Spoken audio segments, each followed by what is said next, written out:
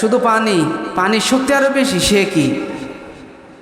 এমন একটা যন্ত্র আছে, এমন একটা যন্ত্র দুনিয়ার ভিতরে আছে যে যন্ত্রর মাধ্যমে যদি পানি ফিসকিরি দেওয়া হয়, পানি যদি এরকম মেরে দেওয়া হয় তো আগুন একেবারে নিভে যাবে। যাবে কিনা? সারা দুনিয়ার ভিতরে ওই যে লস অ্যাঞ্জেলেসের ভিতরে আগুন ধরে গিয়েছিল, আল্লাহ যদি আধা ঘন্টা বৃষ্টি দিত সব আগুন নিভে যেত কিনা? যেত? নিয়ে যেত না? আল্লাহ কিন্তু দেয় নাই। ওরা সাগরের থেকে পানি হেলিকপ্টারে করে নিয়ে এসে আগুনের উপরে দিল। তাহলে আগুনের থেকে শক্তি পানির বেশি না কম? একটা যন্ত্র আছে যে যন্ত্র দিয়ে পানির মাধ্যমে সেই যন্ত্রটা তৈরি করা। এই পানির মাধ্যমে যখন যন্ত্রটা তৈরি করা, সেই পানি যখন এরকম ফিসকিরি দিয়ে চলে যায়, একটা রশির মাধ্যমে চলে যায়, এই রশিটা যদি আমার হাতের ভিতরে দিয়ে দেওয়া হয় তা হাত ছিদ্র হয়ে যাবে। জিনিসটা কিন্তু পানি। তাহলে পানির শক্তি আরও বেশি, আগুনের থেকে আরও বেশি শক্তি কিনা? একমত তো সবাই? সম্মানিত হাজিরিন, আল্লাহ রাব্বুল আলামিনের কাছে আবার ফেরেশতারা বললেন, আল্লাহ আমরা আরও জানতে চাই যে পানির থেকে আরও শক্তিশালী কোন জিনিস তৈরি করছো তুমি? আল্লাহ সেই সময় বলতেছেন, জানতে জানতে আর কত জিজ্ঞাসা করবো আমার কাছে? বলল শেষ পর্যন্ত জিজ্ঞাসা করব। আল্লাহ রাব্বুল আলামিনের কাছে বলতেছেন, এই আগুনের থেকে আরও শক্তি কার দিয়েছেন? পানির দিয়েছেন। পানির থেকে আরও শক্তিশালী করে তৈরি করেছেন। আর কোন জিনিস একটু জানতে চাই। আল্লাহ রাব্বুল আলামিন বললেন, আরও একটা জিনিস, এরপরে আগুন পানি, পানির পরে আরও একটা জিনিস আমি শক্তিশালী হিসেবে তৈরি করেছি। কেউ কি বলতে পারবেন? হ্যাঁ গে, পানির থেকে আরও শক্তি কারে বেশি দিয়েছেন? আল্লাহ রাব্বুল আলামিন বলতেছেন, এই পানির থেকে আরো বেশি শক্তি দিয়ে দিলাম আমি বাতাস রে। বাতাসের শক্তি আরো বেশি পানির থেকে। কয় কিভাবে? বিস্তারিত ব্যাখ্যা করতে গেলে আরো অনেক সময় লেগে যাবে। যদি ঝড় আসে, বৃষ্টি যদি পড়ে, বাতাস যখন আসবে বৃষ্টি কোন জায়গায় উড়ে যাবে তার ঠিক নাই। তাহলে পানির শক্তি বেশি হলো কিভাবে? পানির থেকে বাতাসের শক্তি আরও বেশি। অনেক সময় দেখবেন একটা লোহা কিন্তু গরম বাতাস দিয়ে তারে পুড়িয়ে ফেলা যায়। হটগান চেনেন কেউ? হটগান মোবাইল শুরু করে যারা তারা জানে হটগান।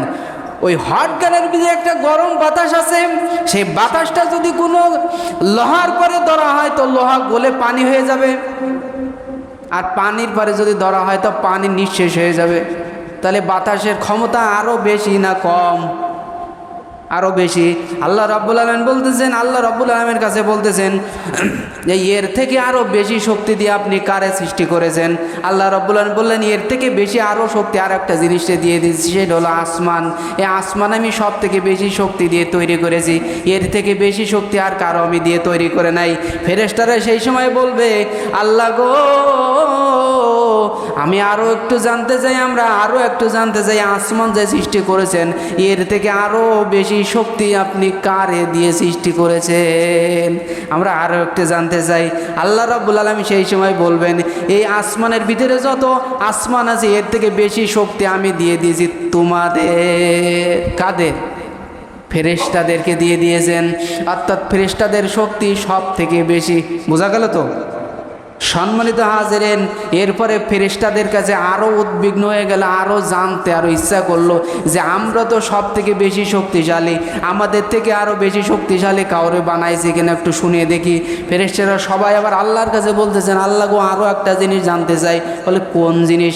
বললো আমি একটা জিনিস জানতে চাই যে আমরা যে ফেরেশতা নূরের তৈরি, আমাদের থেকে আরও বেশি শক্তিশালী আপনি কোন জিনিসটি বানাইছেন একটু জানতে চাই।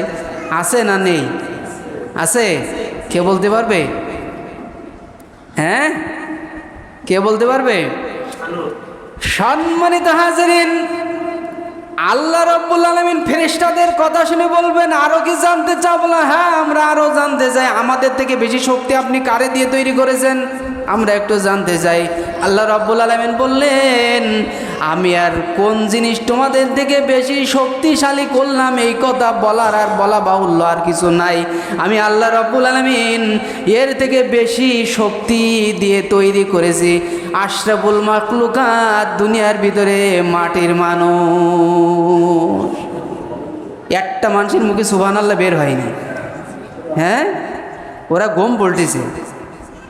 এর ঘুম আল্লাহ যেন চিরকাল ঘুম বড়ায় দেয়। আরে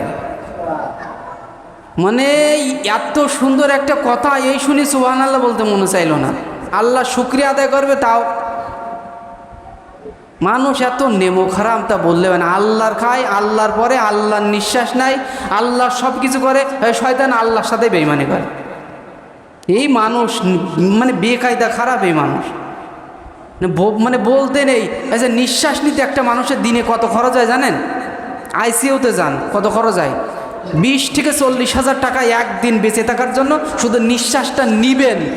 কৃত্রিম নিঃশ্বাস দুনিয়ার ভিতর থেকে আপনি নাক দিয়ে অক্সিজেনের মাধ্যমে নিবেন, তার জন্য আপনার 20,000 টাকা খরচ করা লাগবে, 40,000 খরচ করা হবে একদিনে। তুমি পারবা? খরচ করতে পারবা? আর এই নিঃশ্বাসটা তুমি বিনা টাকায় নিচ্ছ এই নাক দিয়ে, তারপরে তুমি আল্লাহ শুকরিয়া আদায় করো না। তোমার মতন মুনাফিক, তোমার মতো বেঈমান, তোমার মতন নেমোখারাম পৃথিবীর ভিতরে আর একটা জন্ম নেয় নাই। সুবহানাল্লাহ। তাও কয় সুবহানাল্লাহ। কোন জায়গায় যাবো আমি? সম্মানিত হাজিরিন, আল্লাহর খাইলাম, আল্লাহর পয়লাম, সব কিছু আল্লাহর করলাম, কিন্তু আল্লাহর নুন খাইলাম, কিন্তু সে আল্লাহর সঙ্গে বেঈমানি করি আমরা মানুষ। আল্লাহ বলেছেন আমার ইবাদত বন্দিগি করো, আর মানুষ করে আমি তোমার ইবাদত বন্দিগি করবো না। আমি মানুষের তৈরি করা মূর্তি, সেই মূর্তির ইবাদত বন্দিগি করবো। আল্লাহ রাব্বুল আলামিন বললেন আমি জীবনেও তোরে মাফ করবো না, আমার কাছে আয়, দেখ তোর আমি কি করতে পারি। সম্মানিত হাজিরিন, সব থেকে বেশি হলো শক্তিশালী মানুষ, কিন্তু সেটা মানুষ হওয়া লাগবে।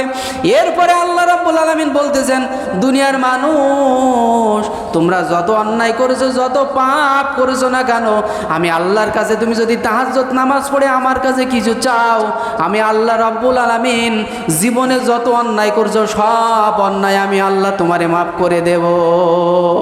একটু জোরে বলবেন সুবহানাল্লাহ, আরো জোরে সুবহানাল্লাহ। যাক, আলহামদুলিল্লাহ। তাহলে আমরা খাঁটি আশরাফুল মাখলুকাত হইতে চাই না চাই না? সকলে বলি ইনশাল্লাহ হইতে চাই। চাই তো? আশরাফুল মাখলুকাত না হয়ে কবরে যাই দেখো কেমনটা ঠেলা, টের পাবান হয়ে যায় গেলে।